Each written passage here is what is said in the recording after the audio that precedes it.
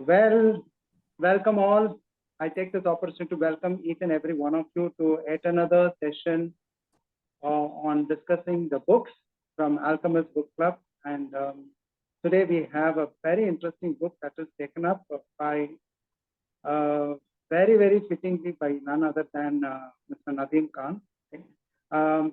It is said that in order to know ourselves and in order to know our future better, we need to know our roots. And I remember the time when we had discussed for at least a couple of meetings or more than 2 meetings, a book called The Sapiens. Very interestingly, by the book club members of our book club. But more specifically, the interest always lies towards who are we as Indians. Okay, so more specifically about that. And we have to do a lot of study to even understand the books. Okay, but now Nadeem, when he said that, hey, there's an interesting book I would like to cover, we're all so glad because, that book really requires special treatment and nobody else can give it better than Nadeem. So thank you, Mr. Nadeem Khan, for taking this up and helping us to go through this book with your guidance and presentation. So a few words about Nadeem for those of us who do not know and watching this video at the later who are not able to join the session. Mr. Nadeem Khan is retired as a teacher of English in 2010. Immediately after that, he took over as the founding director of the Western Regional Center of Indian Institute of Mass Communication. He occupied that position till 2018.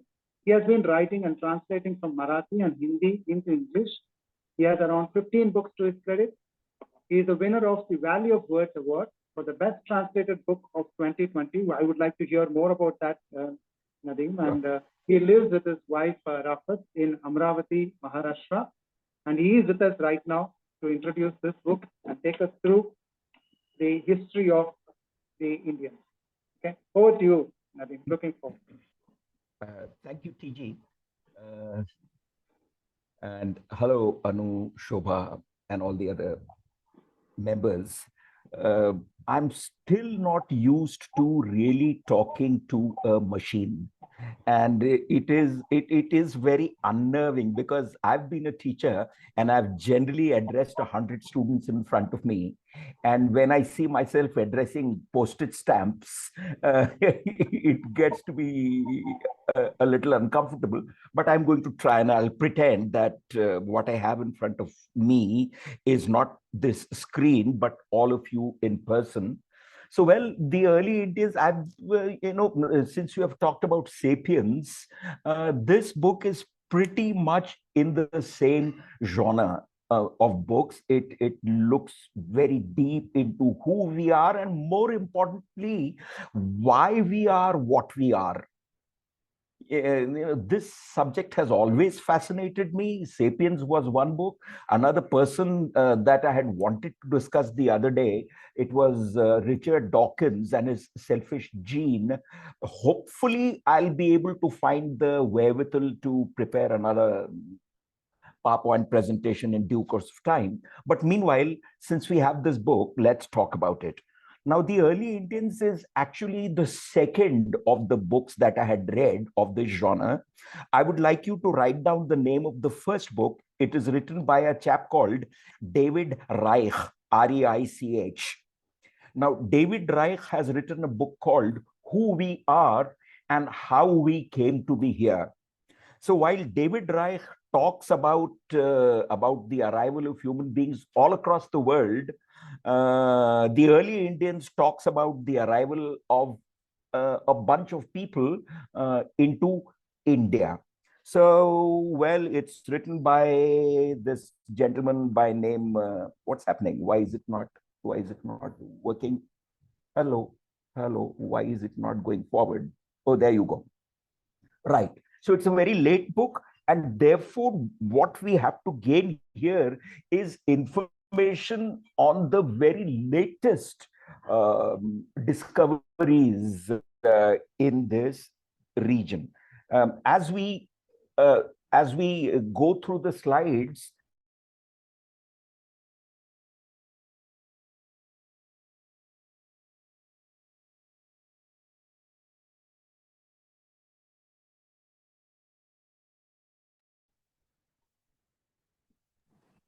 Am I the one who's taking the problem, or I think nothing is frozen, right? Can't hear. Yeah. Okay. Okay. Yeah.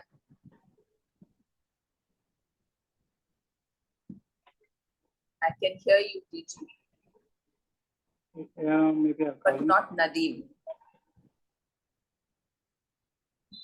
So it's Nadeem's system that is frozen. Maybe let's wait for a few seconds.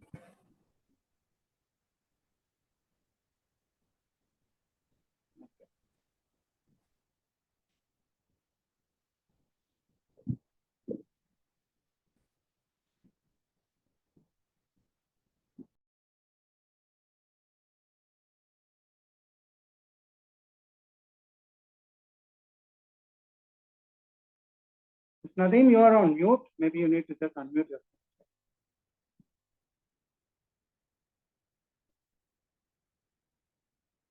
Can you unmute yourself? Can you hear me, Nadeem?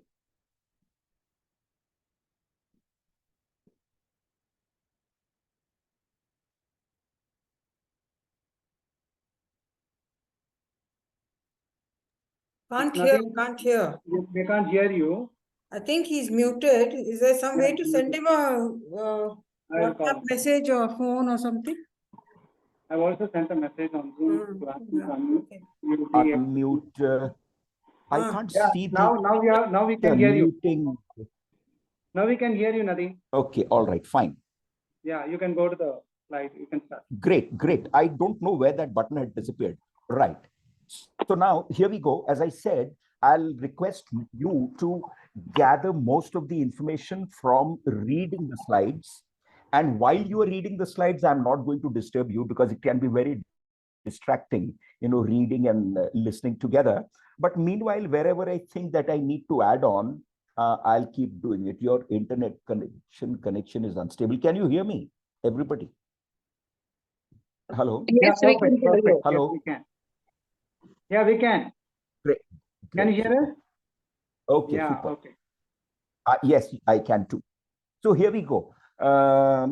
Before I actually get into the book, I want to place it in the perspective of evolution, exactly where the story began. So as you have done Sapiens and you would have read it anyway, the universe began something like 14 billion years ago. The earth came into existence 4.5 billion years ago. Life began 3.7 billion years ago. And about 7 million years ago, the hominins separated from the other chimpanzees. Now, you can read this, and maybe if I need to comment, I will.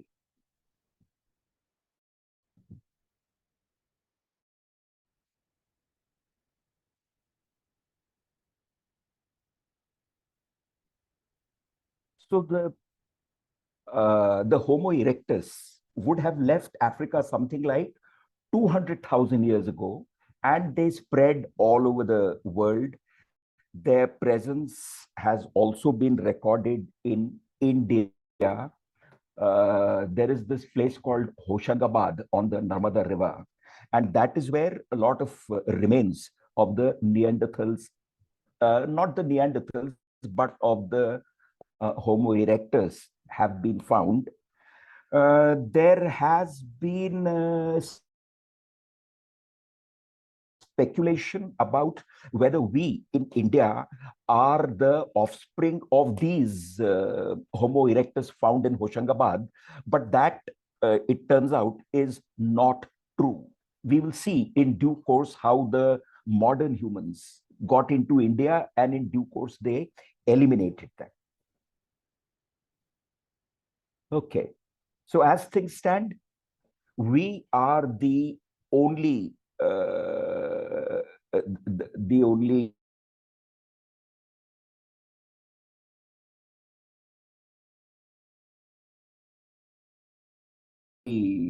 survivors of the map to look at. I would like you to look at it carefully, and then we'll talk about it.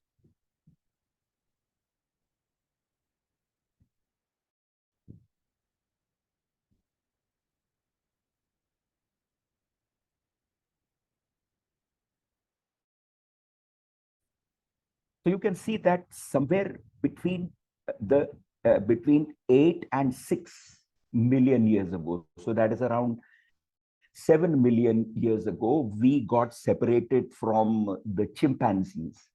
And then we went on evolving and we got into being Homo habilis around 2 to 3 million years ago. And then into Homo erectus, perhaps a million years ago, and into Homo sapiens, that is the modern human beings, around 200,000 years ago. Right now, 200,000 is a huge, huge term. Only in terms of evolution, it is just the blink of an eye. So if we can carry this picture in our heads and move forward, this information about the climate of those times is a little useful for us to remember.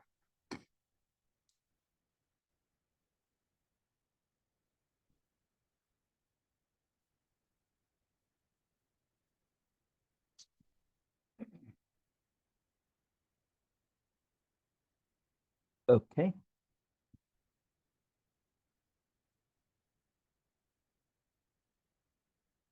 So please notice that we are currently in an interglacial period, and this interglacial period began only 12,000 years ago. And we are talking about an episode that happened 7,000 years ago. 70,000 years ago. So we need to remember that during this glacial period, most of the water gets locked up in the poles.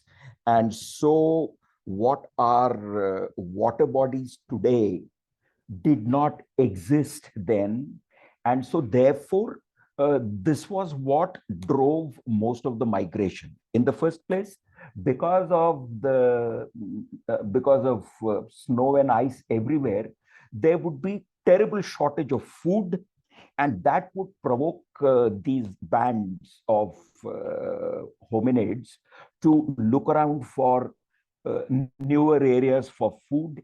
And in search of food, they went on traveling and they crossed over what are water bodies today, but they were not water bodies 70,000 years ago. Because as you can see here, it is only 12,000 years ago that the earth began to turn warmer. And it's going to continue turning warm and then get into its glacial round only 50,000 years from now. Okay.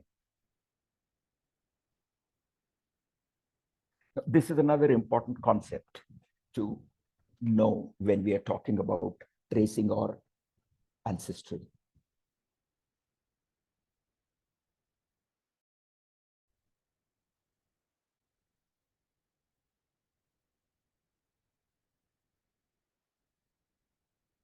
Okay, here comes the next piece of information.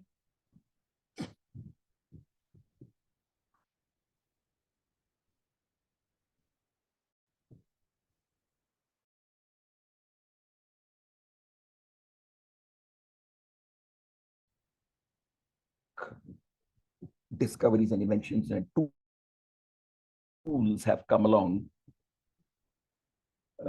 to help us trace our ancestry.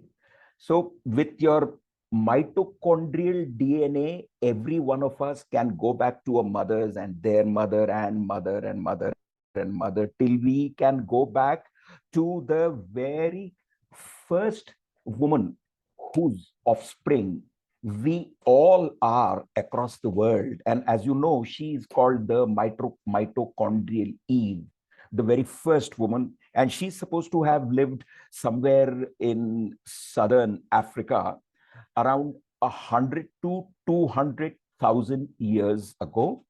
And every one of us in existence today is an offspring of that single woman. It's not as if there were no other women. It just happens that the offspring of those other women would have died, and their genes are no longer available with us.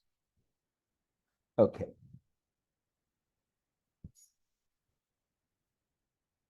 Okay.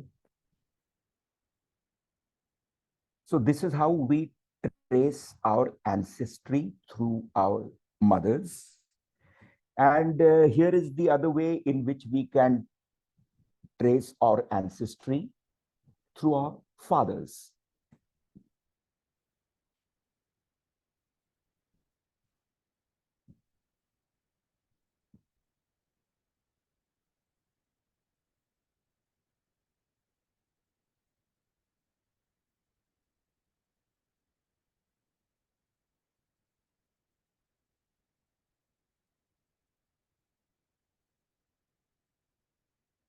So, well, these are some of the tools that geneticists and evolutionists and archaeologists and anthropologists use to help them find out exactly where we came from, what we were, and so on.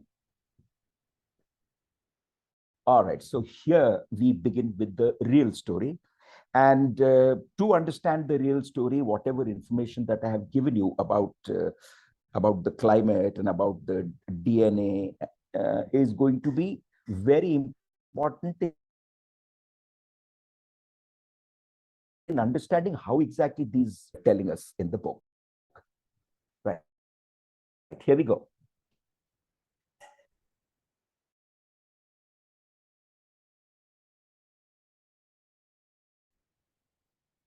It's only because it was not the first migration of Homo sapiens. There had been other migrations for sure, because there are traces of other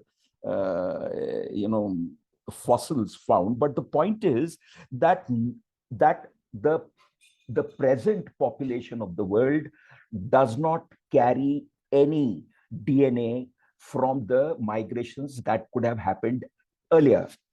They would have migrated, but they all died without leaving any descendant. So it is this migration that we are talking about 70,000 years ago. It is this migration that ultimately went on to populate the entire world.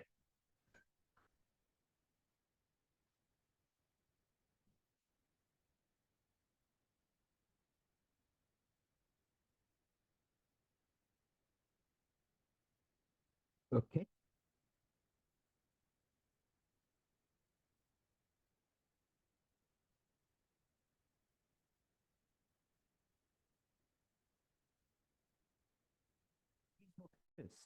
That these migrants emerged from Africa 70,000 years ago. And as they went on traveling in the eastern direction, of course, there were some that went into the northern direction also, towards what is now Europe. But those who went into the eastern direction necessarily crossed the Indian subcontinent and then finally reached Australia. And the fossils that we have found in Australia that are supposed to be 59,300 years ago, South Asia 63,000 years ago. So what the bunch that would have reached the northern parts of India would be, say, a couple of thousand years before 63,000. So that rough estimate is that around 65,000 years ago, this bunch of migrants arrived somewhere in the northwestern part of the Indian subcontinent. Of course, I mean, it doesn't need to be told that this migration was not somebody packing up a bag and starting to walk. It was obviously, it took hundreds and thousands of years for these people to keep moving in a certain direction. They would have settled there, they would have raised families there, they would have stayed on there for generations together, and then again something happened, and that again provoked them to move a little further and still further and still further. And wherever they stopped, perhaps they left communities of Homo sapiens all along the track. And it is in the continuity of the migration that finally the people whose descendants we are, they arrived in the northwestern part of the continent around 65,000 years ago, and then they went on further to become the Aborigines of Australia. Okay.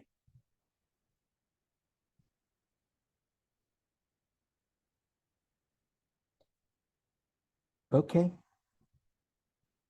Now let's see this in a map. Look at this. Can we, let me see if I can get a pointer. I suppose I can. Oh, what have I done?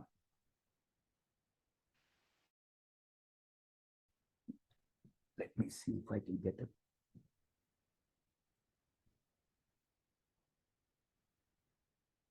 Yeah, this should help me. Okay, now, yeah. So this is, if you can see the cursor, the red one, this is where the whole thing is supposed to have begun, and they moved northwards. And this is, of course, the Gulf of Arabia. Today it is water, but 65,000 years ago, it may very well have been land that they could cross over, or a very small body of water that was not an impediment to their crossing, right? They crossed, and here towards the southern parts of the Arabian Peninsula. And here we are now in the southern parts of what is today Iran, and then moved. And this is where 75,000, 65,000 years ago, our ancestors arrived. And you can see that slightly bluish tinge, that is the Himalayas. And they went just below the foothills of the Himalayas, and they crossed Burma and the southeastern islands, and finally reached Australia, Papua New Guinea, around 40,000 years ago. What this map does not show is that while they did take the sub-Himalayan route, some of them also traveled right down the western coast of India, and they took the turn, they traveled all the way up, and then perhaps again went and joined the stream. So they went this way, straight to the east. They also went south, right up to Cape Comorin, took a U-turn, traveled up the eastern coast, and then went on further. Yeah, by the way, let's also look at what happened here. Here is this bunch of people who went towards the north, and right across the Siberian deserts. This is where they crossed the Bering Sea. Today, of course, it is a sea, but 65,000 years ago, again, we don't know, and we are very certain that it couldn't have been such a big body of water. And so they did manage to cross over, and they arrived here again 14,000 years ago, would mean a good 2,500 years before the earth began to thaw. So we are still in the glacial period. And once they are here, then down the North American continent and across into South America, which is around 10,000 years ago. So, well, this is a helpful map. And after we have seen through this, let's keep this in mind and move on to the other slides. Okay.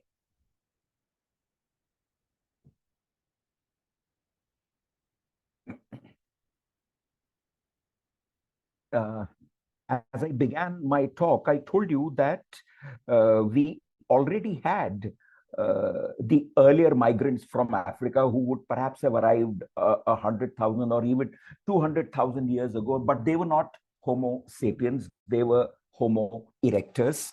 And their fossil remains have been found in plenty of places across the country, but one of the most famous ones is the one near Hoshangabad on the Narmada River, and that is where remains of Homo erectus have been found. So there, what this book says is that when the Homo sapiens arrived in the Indian peninsula, it was not as if it was virgin territory, ready to be taken over by the first genus of humans. The Homo erectus were always there. They were well armed people, and they knew how to defend themselves. And therefore, in the earlier days, the Homo sapiens were very, very careful of not getting into a confrontation with the Homo erectus who were already there, right? So they stayed on the periphery, they stayed on the coasts, they did not get into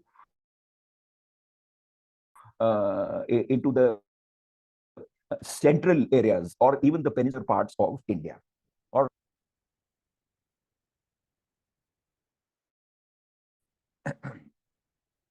right.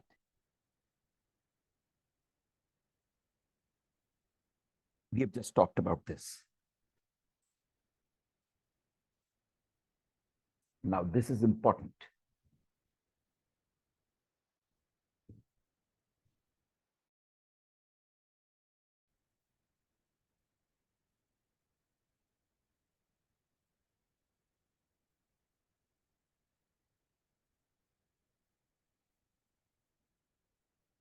So then, actually, in the last paragraph, we are actually putting an important debate to rest. As I had said, some archaeologists had suspected that the Narmada fossils, they were perhaps our ancestors, but this book very clearly says that they were not. They were actually rivals to these new people, the new Homo sapiens that came along. And as it happened, they were people who belonged to the, what is it called, the Paleolithic age, where their weaponry,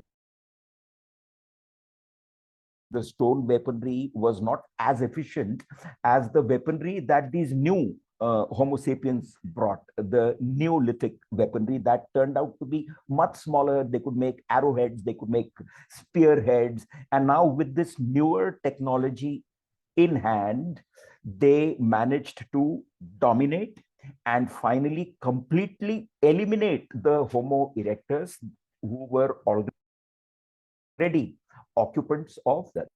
Therefore, we today are really not the offspring of that set of Homo erectus, but the offspring of this bunch of Homo sapiens that crossed into the peninsula, into the subcontinent 65,000 years ago. Okay.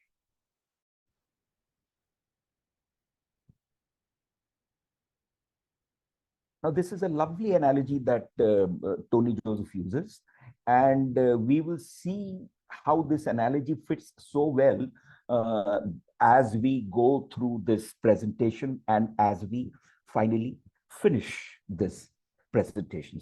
So he calls it a pizza. And this 65%, the very first migrants who traveled into India, they formed the base of the Indian pizza. Okay, so that was the first migration. Now, let's look at the second migration.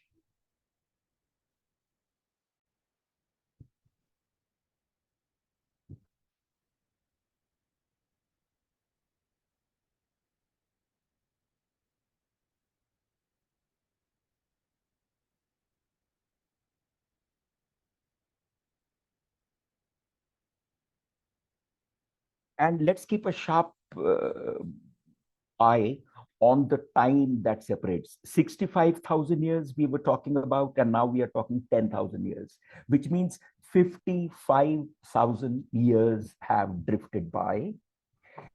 And as I was saying, when they set out from Africa 70,000 years ago, then they went on stopping at various places and leaving communities in all of those places. One of this bunch of communities was in the southern part of Iran, where you have the Zagros Mountains. And that was where agricultural activity began, say, around 10 to 12,000 years ago. Of course, we must always remember that while it began here, around the same time would mean with a difference of 1,000 or 2,000 years ago, agricultural activities sprang up in various places. We all know of the activity that sprang up in the Mesopotamian region, what is Baghdad today, between the Tigris and the Euphrates River. So you had it there, you had it here in the Zagros Mountains, you have it right across east in what is today China and the Southeast Seas.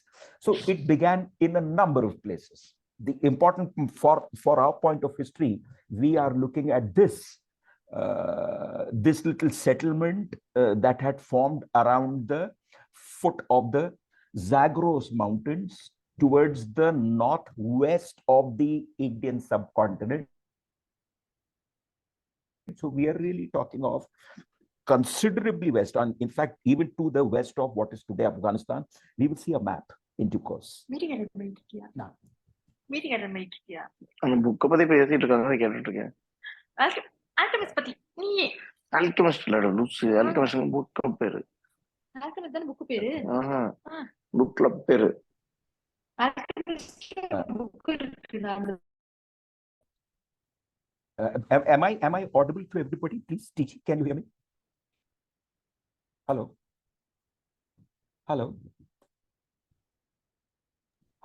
TG. You are audible. You are audible. You are audible. Please go ahead. Very good. Good. Yeah, we can hear you.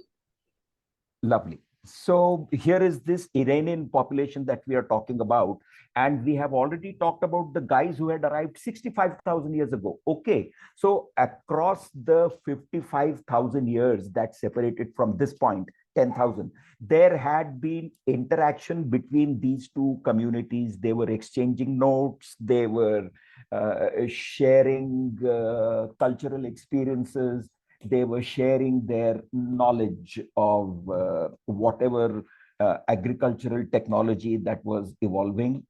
So these two places are important: Mehergarh in Balochistan and the Zagros Mountains. Mehergarh in Balochistan, obviously we are talking of what is today the western borders of Pakistan, bordering on Afghanistan. Okay, let's move on. Okay.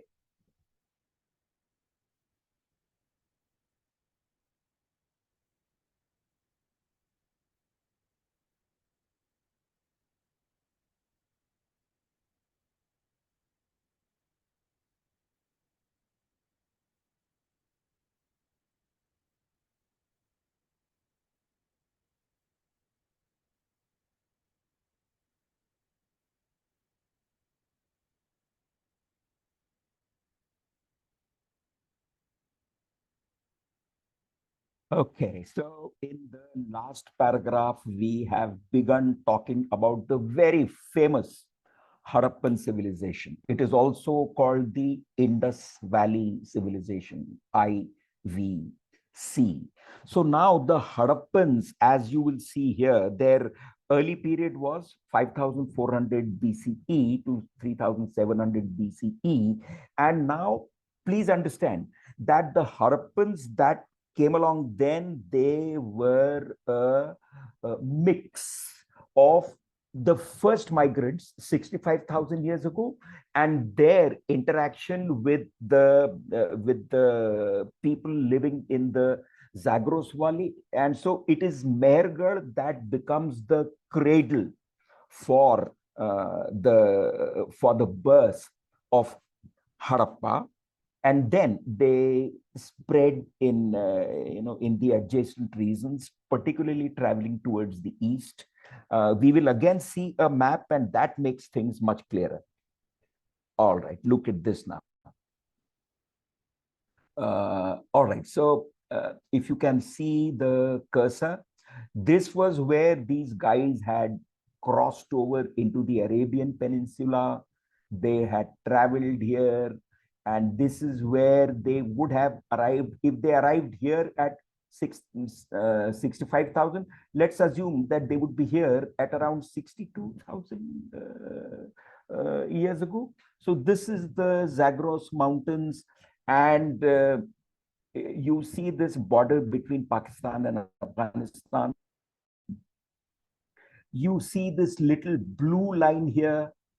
This blue line is the Indus River. And if you can take that as an indication, the Mehergarh civilization is okay on either side of the border.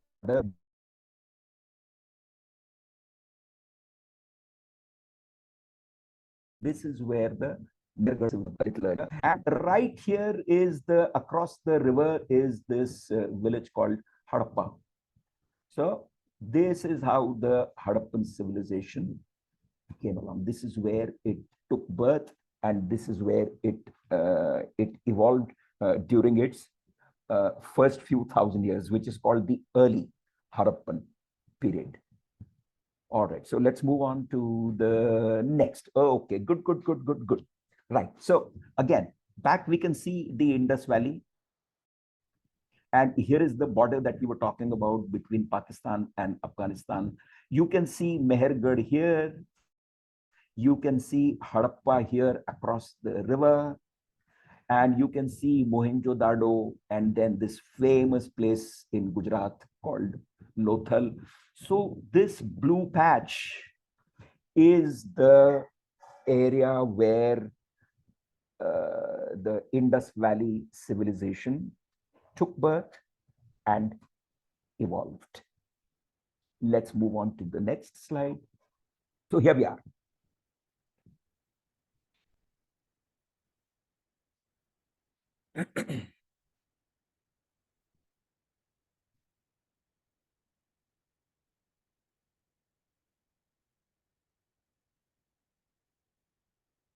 So Tony Joseph, in his book, he says that all of that stuff that he's talking about is not the outcome of a single area of study. There have been DNA tests. We talked about the mitochondria and all those things. We have also talked about all the fossils that were recovered in Mehergarh and in along the banks of the Narmada. So the archaeological studies, but one more very important element that helps us resolve the mystery is the discipline of linguistics. Now, Elamites were this bunch of people who lived in the Zagros Mountains, right? And whatever trace, the Elamite is now, of course, a dead language, but whatever the linguists can dig out of that language, they have seen very noticeable similarities between Elamite and the Dravidian family of languages. We know about them: Tamil, Telugu, Kannada, Malayalam, Tulu, Gondi, and others. Now, this is the third tool that these people have used to find out exactly who we are and where we came from.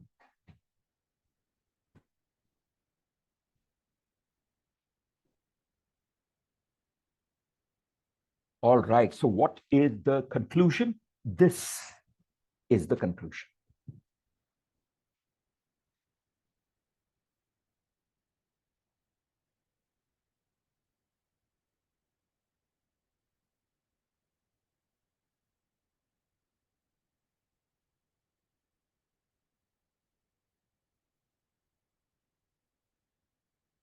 The book is so beautiful, it is like putting together a lot of pieces of the jigsaw puzzle and finding some kind of a picture emerge.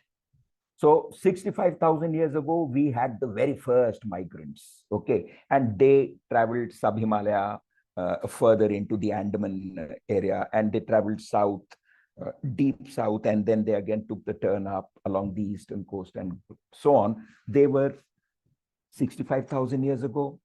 These guys now, a new community is forming, and that is the Harappans. Now the Harappans are the first Indians plus their interaction with the Iranian farmers. So here we go.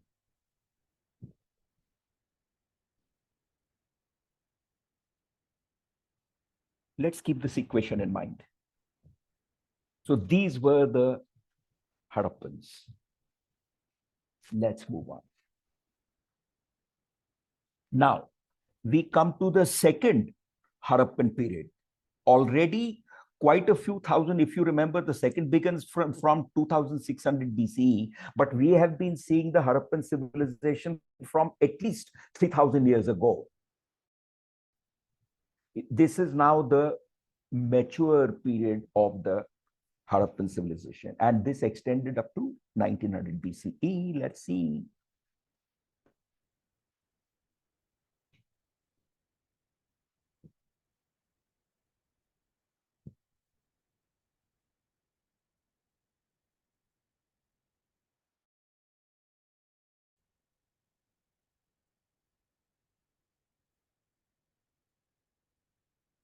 Actually, I think it is such a tragedy that we as a community have not developed a healthy tourism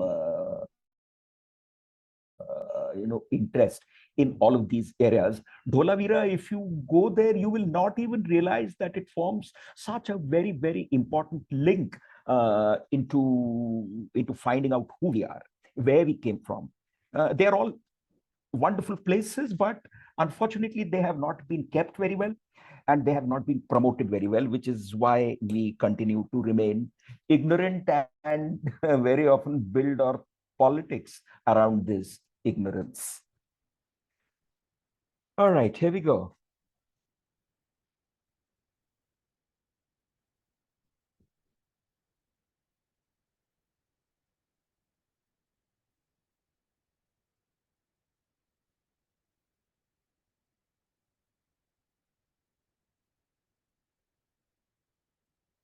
Now, this last piece of information is quite important to keep in mind, that their motives do not show them to be warlike people at all. In fact, there was also a substantial presence of women in the Harappan motif. So all of us will remember the dancing girl that we have seen right since our school book days.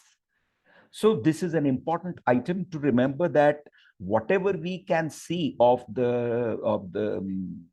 whatever has been left over, signals of their being warlike people are altogether missing.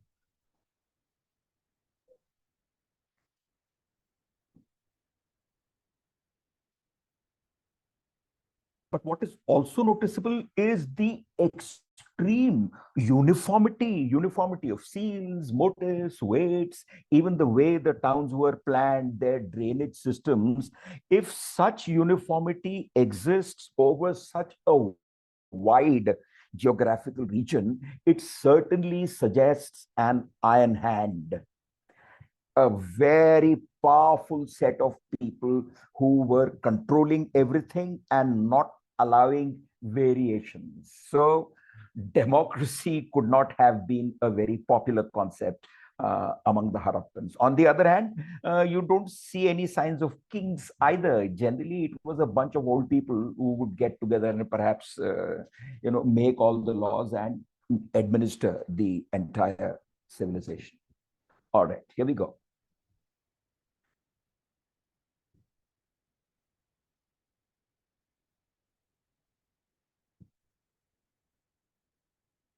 So they would have been a fairly forbidding set of rulers who didn't allow variations of any kind to flourish.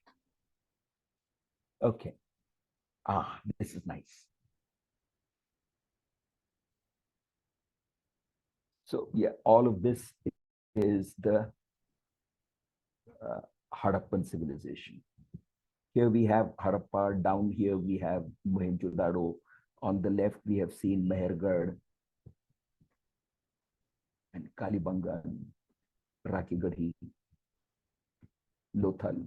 Such a huge, huge geographical area. And their connectivity obviously seems to have been riverine. Because otherwise, 5,000 years ago, being able to administer, manage, control such a huge geographical network would have been a miracle by itself. So this is the mature phase, 2600 BCE to 1900 BCE. Let's move on. Okay. Now, again, the dates are important to remember.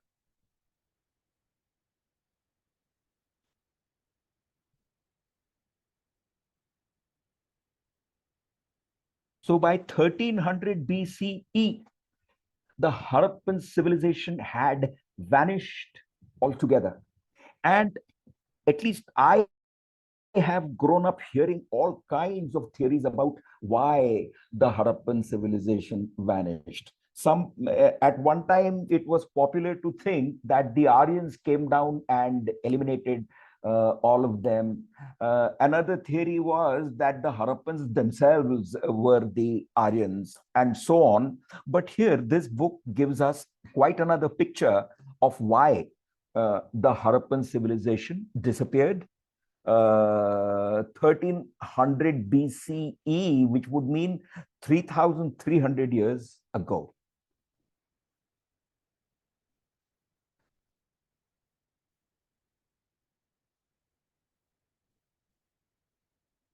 So we have a study as late as 2012, and this is what the study says.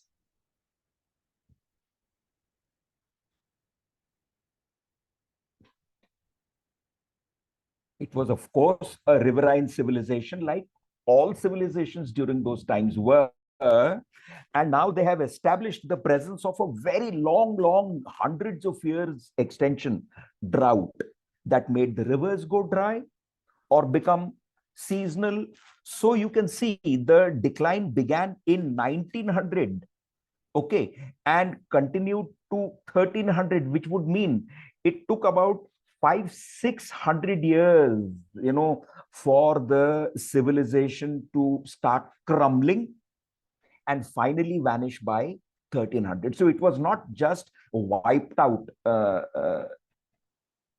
from the board. It faded out across 600 years. All right.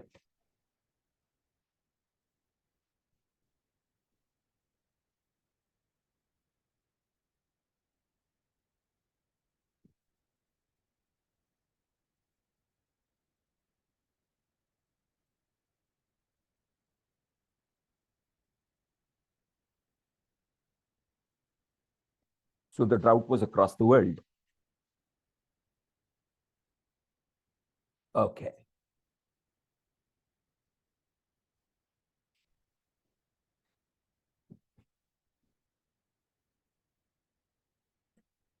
So now this is an important piece to remember, that first we saw the first arrivals 65,000 years ago, they arriving to the northwestern part and trickling down along the western coast and then climbing up the eastern coast. So they were the first people to, first Homo sapiens.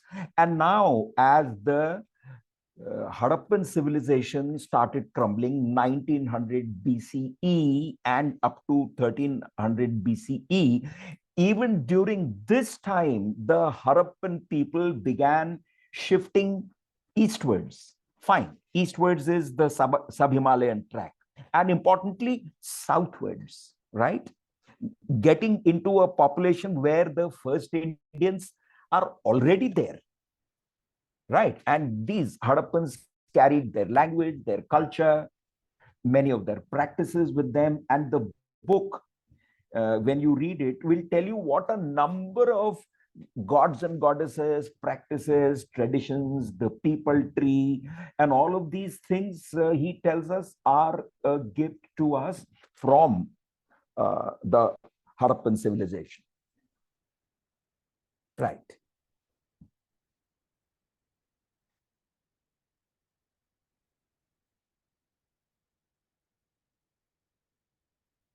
Yeah, so this would not have been a battle as it was between the archaic and the modern humans. These are people with whom they are also in a way related. And of course, the migration, the trickle downwards would have been so very, very slow that it couldn't have created any ripple. They got absorbed among the people who had already arrived there in the first wave.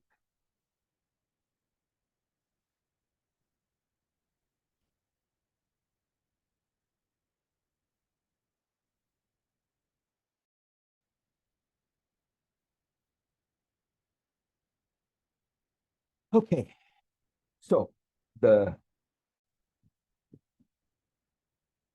anthropologists acknowledge this group of people called the ancestral South Indians. And who are the ancestral South Indians? These.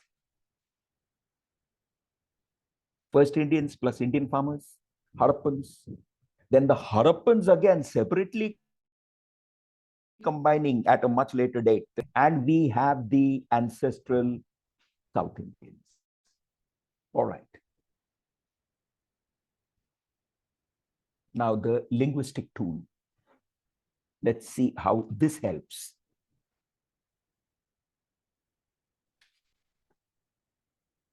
Let's see the important language families here.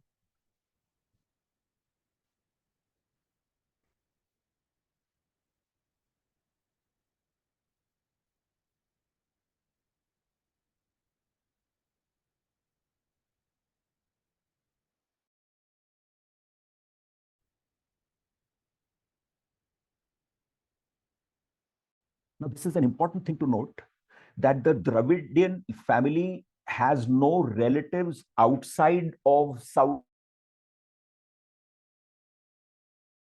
Asia. So what does it suggest? It did not travel outwards to form other communities. It was the others who were coming inside.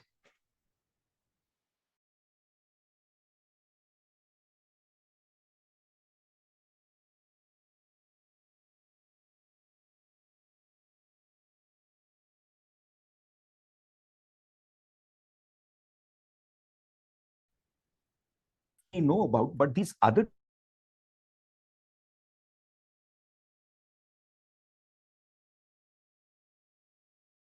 two came as a big surprise to me.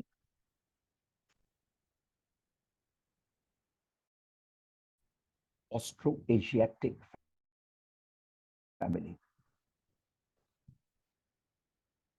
And, okay, let's see this.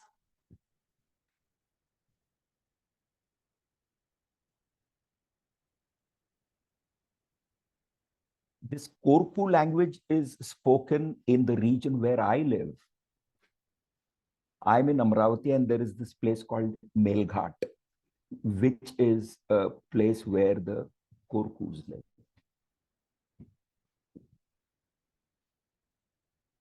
And here is the fourth language.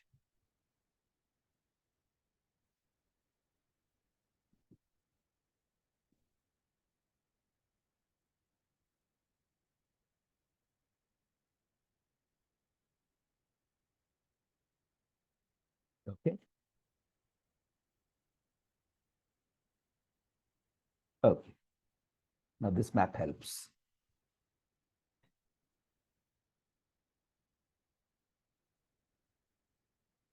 All of this in the Indo-Aryan or the Indo-European family of languages. This is the Dravidian family of languages. This part of Sri Lanka and patches here, and also patches here. This is where Amravati is. This is Jharkhand. This is Odisha. So this is where Dravidian languages are spoken even today. And of course, here you have the Tibeto-Burman languages. They also entered the fray. And this purple patch is the Austro-Asiatic languages. Okay, let's move on. Let's finish with the Dravidian languages first.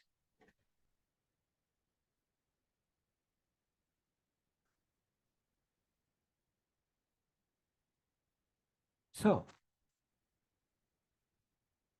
the Dravidian languages that are spoken in the southern states of India, this author says, and the linguists hold, is the original Proto-Dravidian which was spoken by the Hadappans, and this language again bore very strong affinity to the Elamite languages that we talked about from the Zagros Mountains. Okay.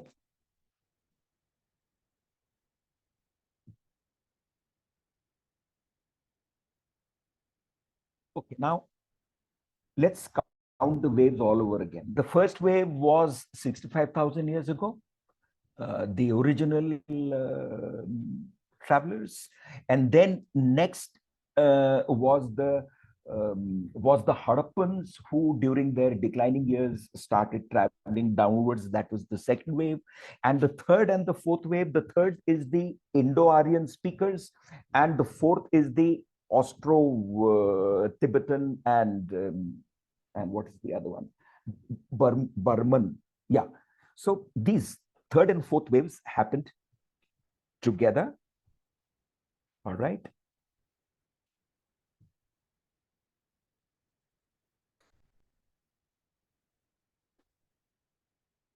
So let's finish off with the smaller bunch.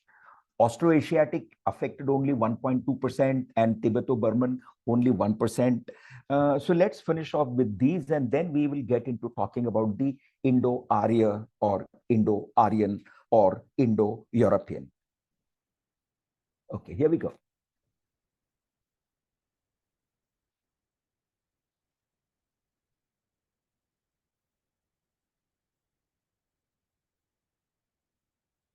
You see, 2018, so this book is taking into calculation some very, very late, very new revelations that have come up in research.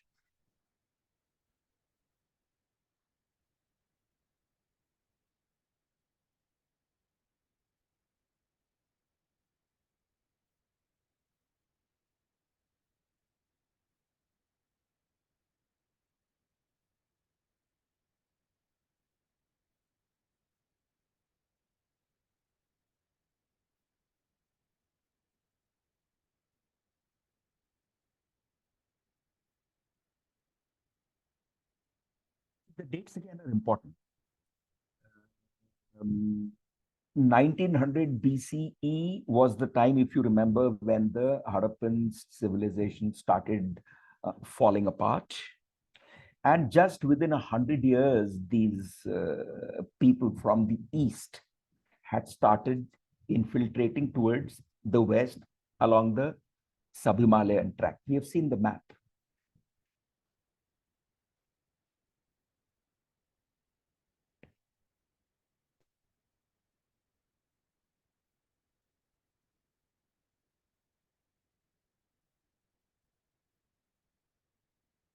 Okay. Now, this is the big one, because this has left uh, a very, very deep impact all across the country. The Arya. Okay.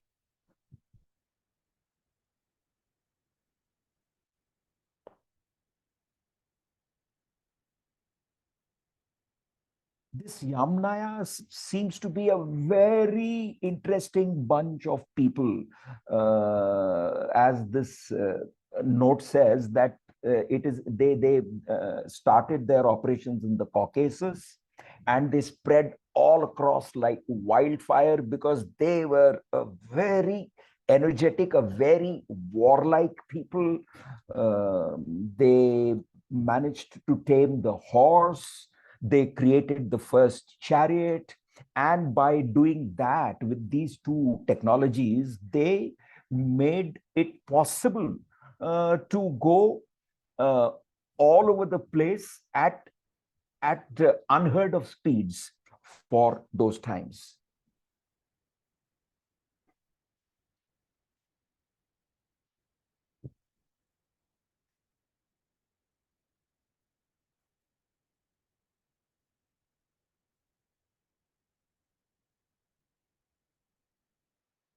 The Yamnaya people are also known for their pottery. It's a specific kind of pottery that is called the Yamnaya pottery. Okay.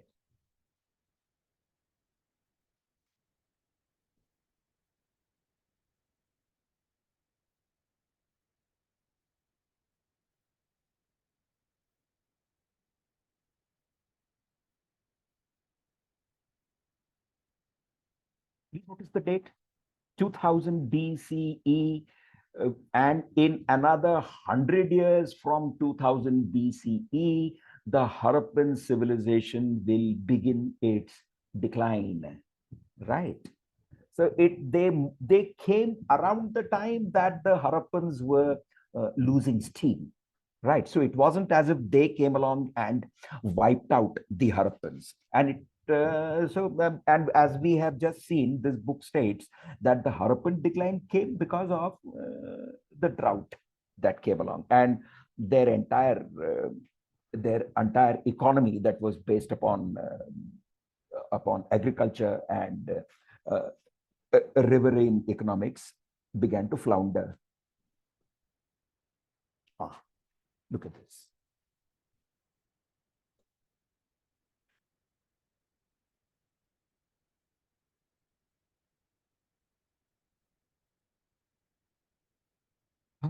The symbiotic relationship between the priests and the warrior lords, the Brahmins and the Kshatriyas. All right. Now, a good bit of this information has been taken out of very careful reading of the earlier poems of the Rigveda, the earlier Rigvedic compositions. Scholars of Sanskrit would be able to tell us that it was a different Sanskrit from the Sanskrit that went on evolving and the Sanskrit that has finally reached us. It was a language in evolution. Well, since I'm a student of language, I know that all languages are always in evolution. The fact that they are used means that they are bound to be evolving. Look at this. Look at this. Now, this is the Black Sea. This is the Caspian Sea. And this, what area would this be? Okay, this is Spain, Europe. We travel to the steppes. Okay, the Caucasus Mountains, the Yamnayas, right? They went westwards and right across, right even into England. And you see these little circles. Yamnaya population constitutes about 50% influence here, 50%, 50%, barely 20% here. This is 100%. And then they went into Kazakhstan, from Kazakhstan. They traveled downwards, and here we are, 2000 BCE, ancestral North Indians. So the Yamnayans came and formed something like 15 to 20% of the population. But as we have said, as we have seen, they were a very bellicose, a very belligerent community. They had the horse, they had the chariots, and they clearly dominated a very, very ancient population that would very soon begin running out of steam. Right. Okay, let's move on. So,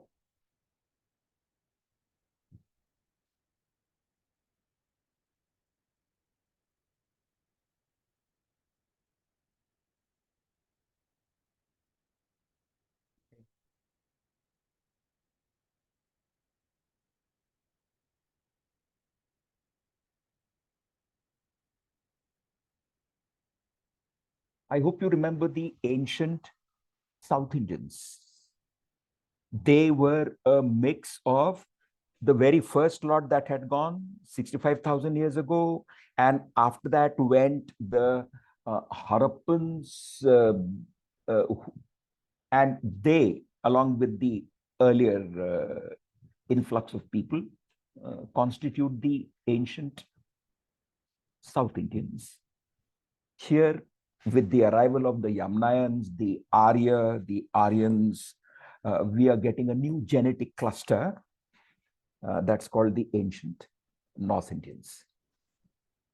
Here you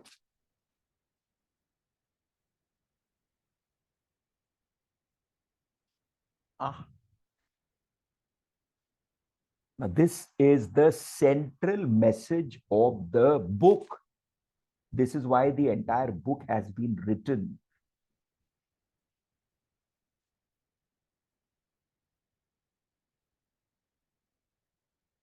Okay.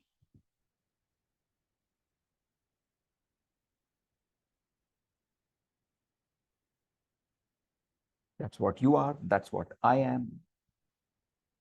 With only minor, differences here and there. This is a nice table.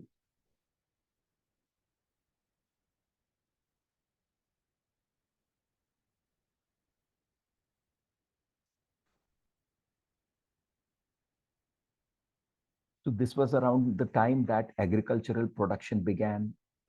We have the Zagros Mountains and Mehergarh, and the to and fro movement between Mehergarh and Harappa, Mohenjo-daro. First foray into agriculture. Wild crops being managed, new crops being, designed. Then we have the early Harappan period. The population began to settle and mix with the earlier natives. And the earlier natives, if you remember, were the very first migrants, 65,000 years ago. And it was during this mature Harappan period that standardization happened. Strong central authority.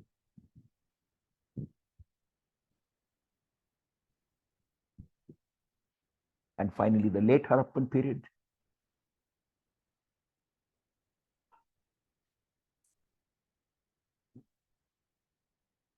So the early Vedic people, that is what we have seen as the Yamnayans, their descendants, they began arriving 100 years before 1900 BCE. And the Harappan era went into decline across 600 years, 900 to 1300. Prolonged period of droughts, rivers shrank, agriculture shrank, cities emptied. The influx of belligerent early Vedic people. And now this is a tremendously important thing to remember, friends. Please read this. information.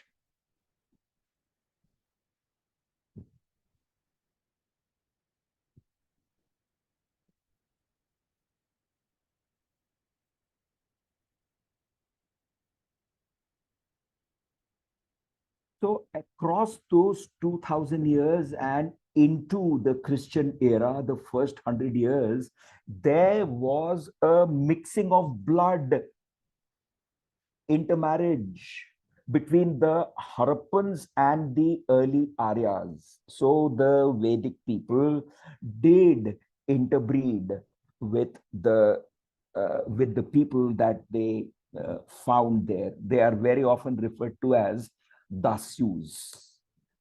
But these Dasyus were they were not some people who these people could not intermingle with.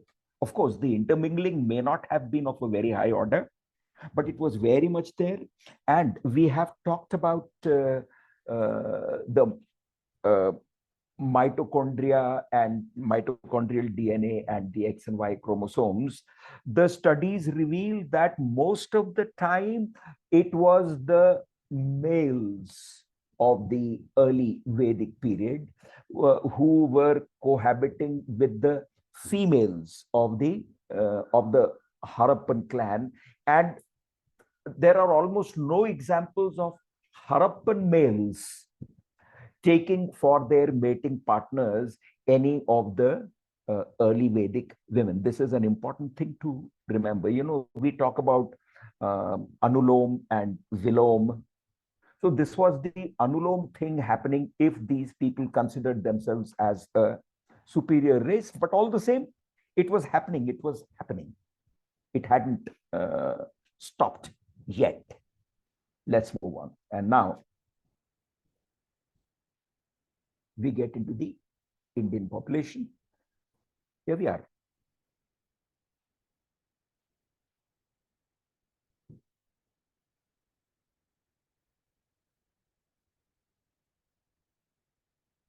West Indians,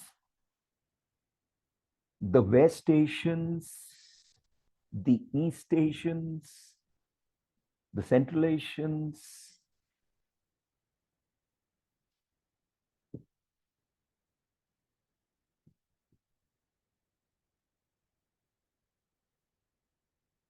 important message, this.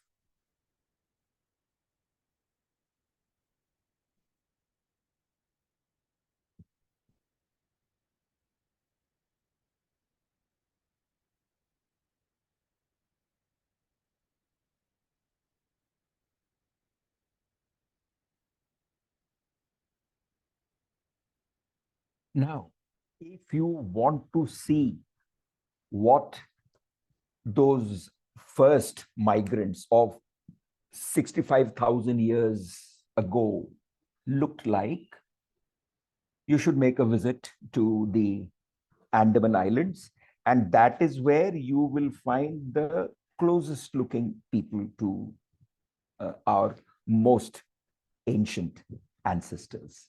And here they are.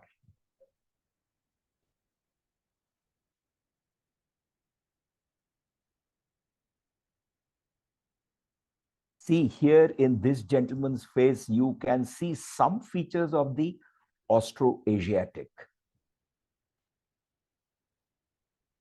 This boy looks a little bit, he seems to have some Indo-Aryan features too. But by and large, this is what the first migrants looked like, and you can go into what is it called, into Google and find plenty of such pictures, which will give you a good impression of what our most ancient ancestors who crossed over to India looked like. Okay, now here.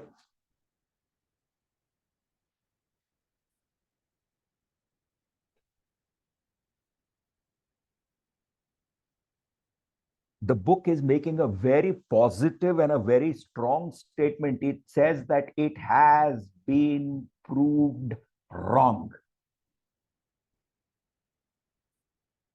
So it wasn't the first lot of guys who had come over that imposed the caste system.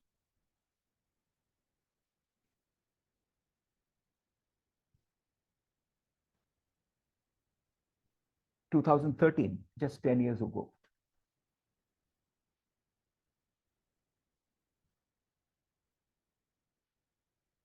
We've seen that. A lot of new blood, new genetic being added on to the mixture.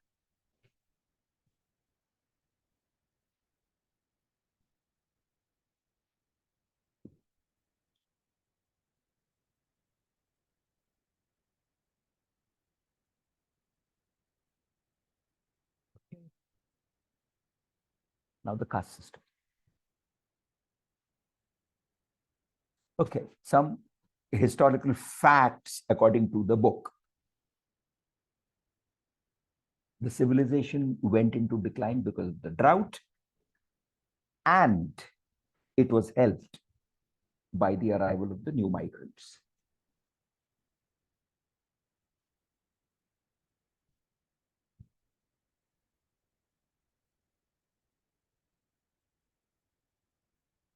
Okay.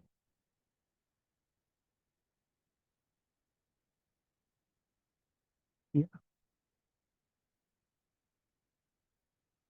The book raises a question that till 100 CE, the Christian era, the mixing had been happening, and suddenly it seems to have come to a stop. Now, why would this have happened? Why would something that had been going along merrily suddenly come to a stop? And here are the reasons why.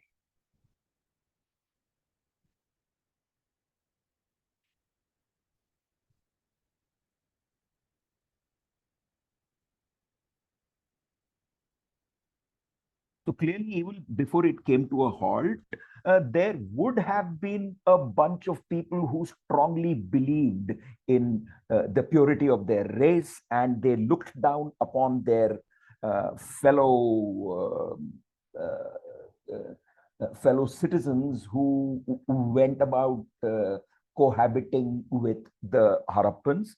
And then perhaps politics would have taken a turn, and this bunch of people who were a fringe group came to occupy the center and began to carry far more influence and in perhaps 100 years or so, the caste system was in place.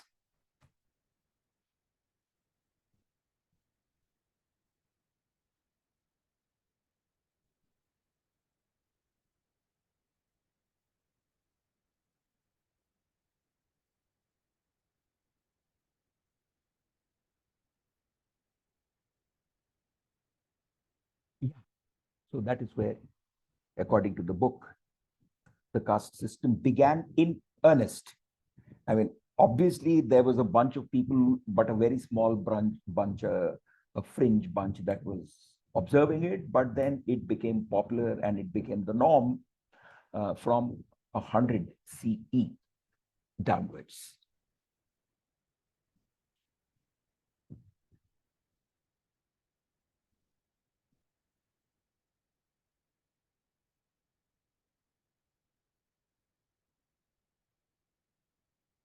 So the earlier Rig Veda poems do not talk about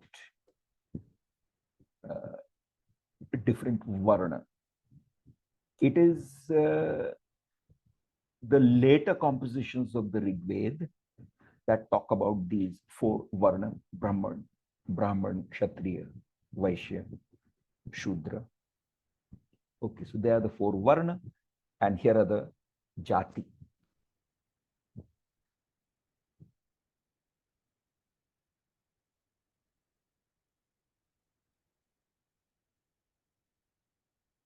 Look at this.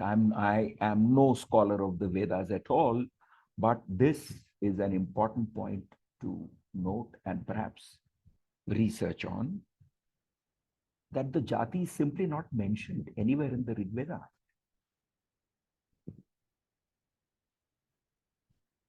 Okay. So here we are.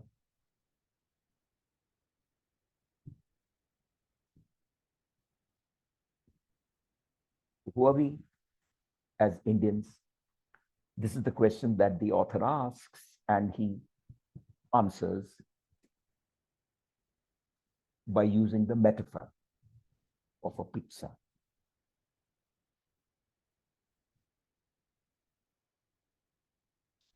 Here we go.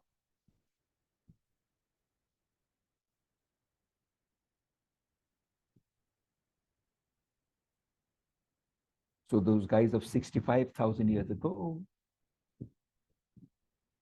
who went and killed all the Homo erectus by 35,000 years ago, they are the base of the pizza.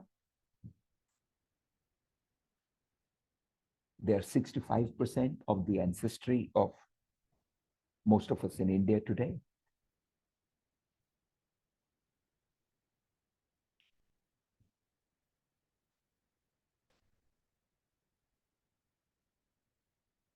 Okay, the Harappans coming down into India, into peninsular India.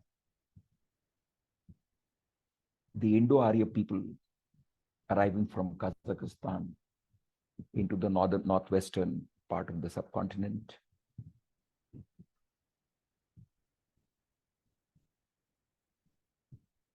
Yeah.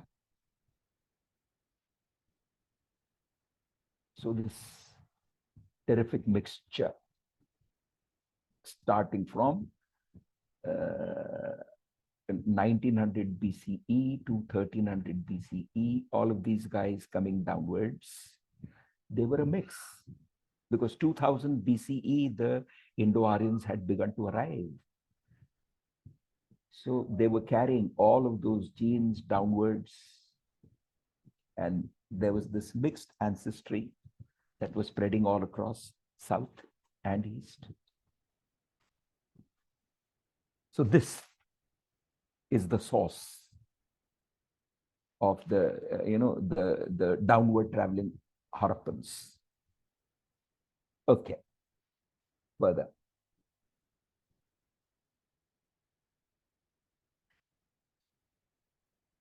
Then came the Aryas, and they are the cheese spread.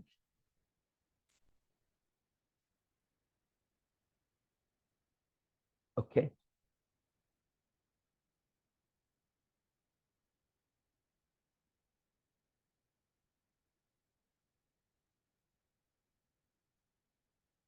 That is where their importance is, that 75% of the country speaks. Yeah, please.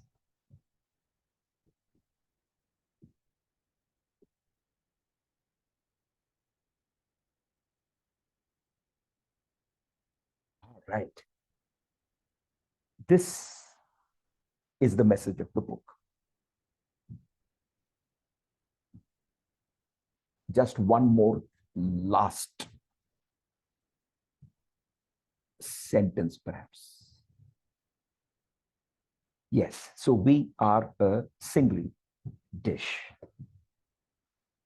Yeah, well, I have finished with my presentation of the book.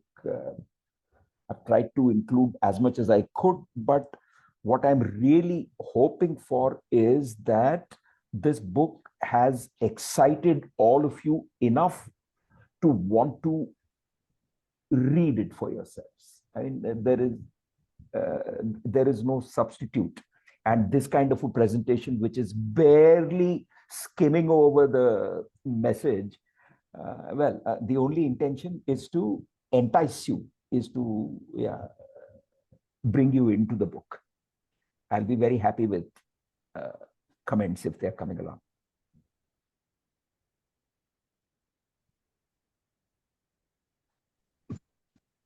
And Nadeem, it was brilliant. Thank you. It was a very brilliant, well-prepared presentation, and you have taken a lot of effort, and we can just see how beautifully it was presented and what a grip you had on the total research.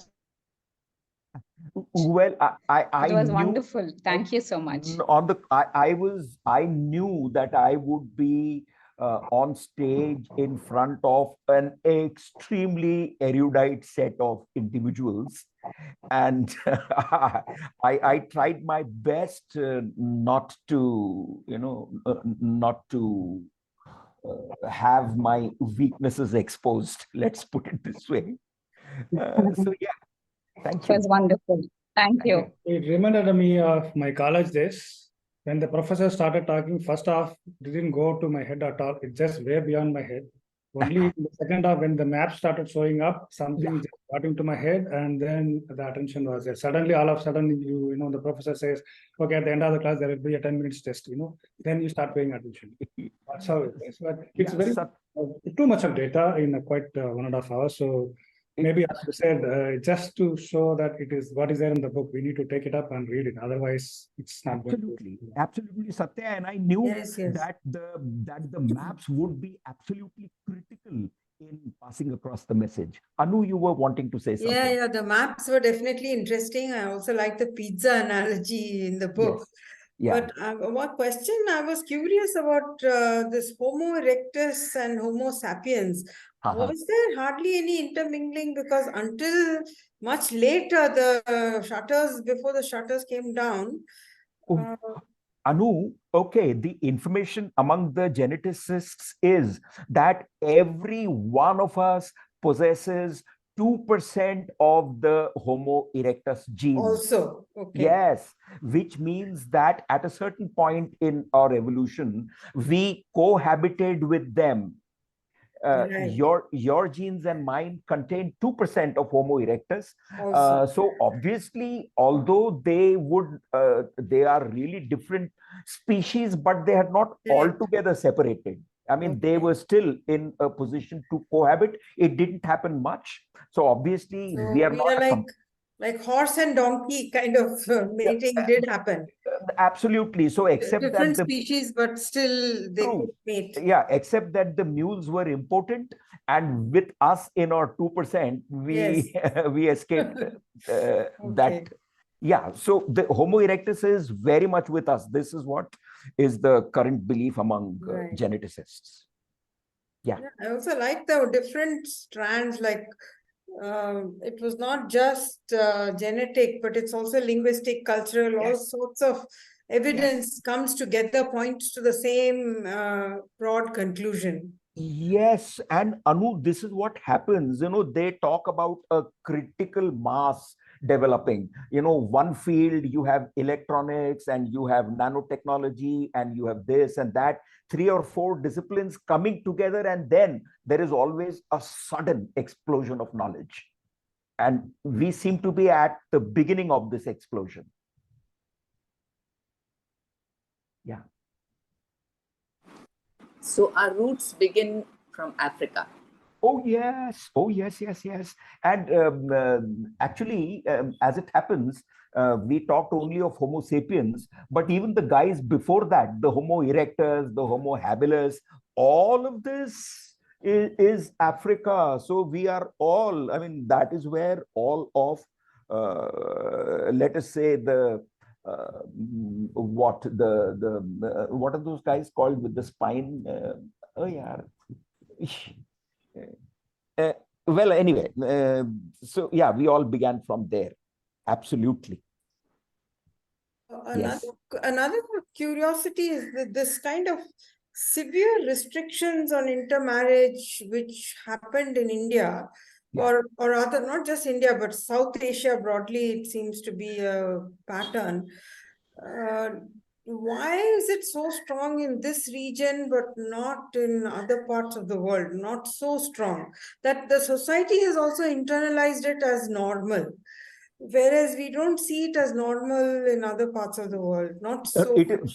Yeah, from what I know, it does not exist anywhere. This almost, not almost, exactly a religious ban on intermarriages, where quite accepted by society. It's not as if the people, except like very recent years, recent generations, But basically, it's not as if the caste groups were desperate to marry each other, but some government was preventing them. There's no such thing. People had willingly cooperated in this. And not just cooperated, they also mentally think or culturally think it's normal. As it happens, this discussion falls outside the range of the subject material of this book, but it is very definitely a very, very important area to discuss and read about. But yes, I mean, all that you can say is that this bunch of the Indo-Arya who came along, and as we noticed, the two powerful the priest and the warlords together, perhaps they decided that this business of shuddha, pavitra, apavitra, this pavitrata business seems to have dominated the minds of these people to the extent, I mean, you know this, that even crossing the seas made a person apavitra, and even a person like Gandhi had to go about shuddhikaran and all those things. But yeah, it has been a fixture of the Indian civilization, and I at least have not come across a similar thing anywhere else. Not to suggest that I have read a lot, but I haven't come across any such thing anywhere. What exactly is Elamite? Oh, Elamites, see, they are a community. Basically, he's talking about the language. See, this was a bunch of people, who also, see, Elamite, you would have heard of the Semites, wouldn't you? Yes. So the Semites are, are the ancestors of the Jews. Yes. And you have the Arabs. So it is this community. So it is the name of let's call it a race. And they lived around the Arabian Peninsula. If you remember the map, the Arabian Peninsula is just south of the Zagros Mountains across the Gulf of Arabia. So this was a race. They spoke a certain language, and that language seems to bear a very strong resemblance, a family resemblance to the Dravidian languages that we have in India. So Aryans, when you're speaking about no. Hey, hold. This is not the Aryans. What I'm doing is I'm going to send this to all of you as a WhatsApp message.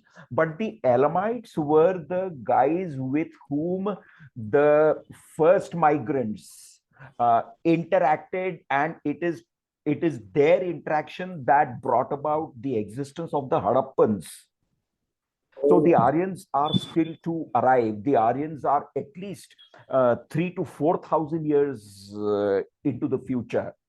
See, we talk about the Elamites around 5,000, in fact, 7,000 BCE. And the Aryans get into the picture 2,000 BCE. So there is a difference of something like 3,000 to 5,000 years. Elamites are let's, for reasons of simplicity, let's imagine them as people who belong to the Arab family races. The Arabs, who are these Jews? I keep forgetting.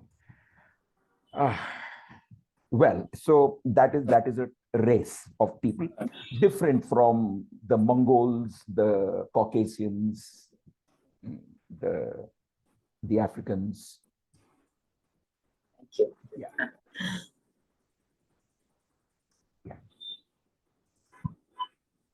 I just want to share my experience. Like it was an awesome presentation today. It is just like reading a book. So after completing Sapiens, like I was more inquisitive regarding can there be some book which is very particular about India? So somehow like it happened, and like the presentation, usually the presentation would be entirely different. Someone will be just giving their feedback, or like what is their personal intake kind of thing, or with some presentation with a few points. But the thing which you have given is almost like reading a book. You gave us some time to read. It went on slow and steady, and you were explaining, and it was also very good. Where like with some text and then the map, then your explanation on the important points, and finally when there was an break due to some technical issues, suddenly what happened? Climax la current word say something.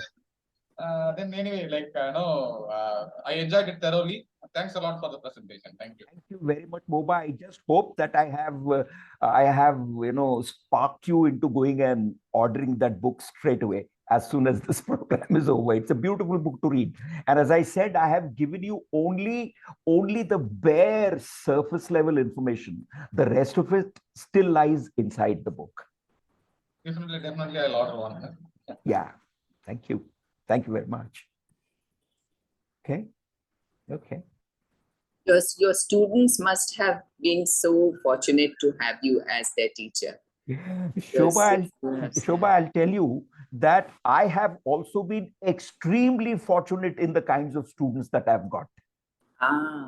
Absolutely. So they have been the making of me. There is no doubt at all that whatever I am because I ran into some, over and over again, some wonderful students, who filled me out, who sort of helped me become a more complete human being, a better human being, a more perceptive human being. So I owe my entire, everything to my students. There is no doubt at all.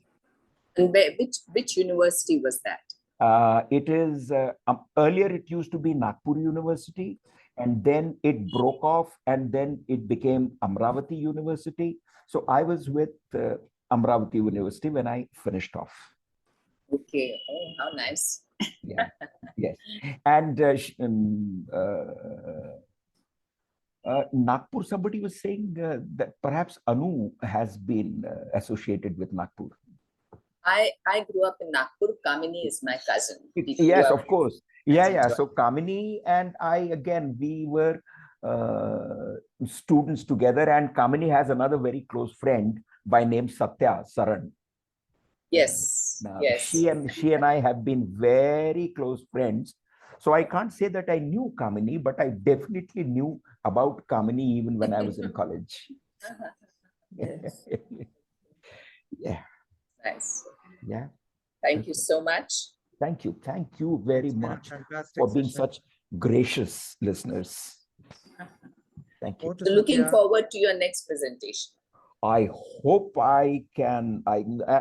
Meanwhile, I want to be enlightened too by all of you. You have read some wonderful books, and you will want to share some of them. But meanwhile, yes, I hope to be able to prepare a good presentation for the selfish gene.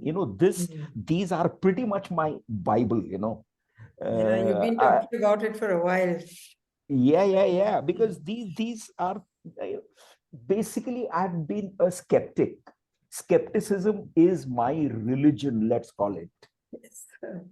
I want to doubt everything and scratch at everything and see whether it holds on to reason and that kind of a thing. Yeah. Thank you. Yeah, that's the best way.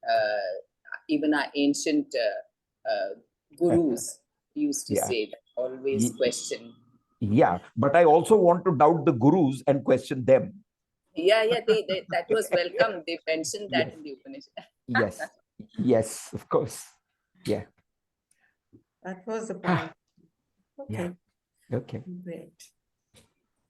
Over to Satya. Satya, thanks to the facilitator for such a wonderful session today. Yeah, Nadeem, it was, as I said earlier, it was really informative, and I wouldn't say more than informative, educative is the right word, I guess. Trying to understand our past, and probably science one day will help us to trace to that one lone woman there in the top of the No, that it Where already we all has, by came the from. way. It already has. We do identify a single woman as the mother of the entire population of the earth. She's called the mitochondrial mother.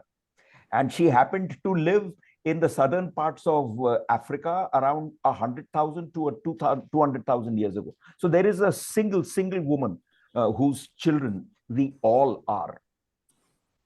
Yeah, it was good to know, and we are definitely looking forward to more informative such.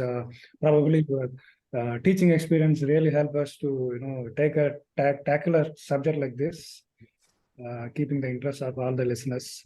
We wish we were Uttapam instead of pizza. It's Uttapam is much more healthy than pizza. But anyway, it's good to such analogies, help us to keep the topic in our mind much better than otherwise it will be very boring. So I know, but I mean, now that you talk about Uttapa, I don't know why he didn't take the Uttapa as the perfect analogy. I mean, he belongs to Uttapa land. He is a Kerala gentleman, but perhaps he was looking at a world readership. So, okay, yeah, of course, that is definitely. Yeah. Yeah. Okay. Thank you so much Thank for you. this book. Thank you Club. very much. So much. Thanks a lot. Thanks, Thanks. TJ. Thank you. Thank you. Bye.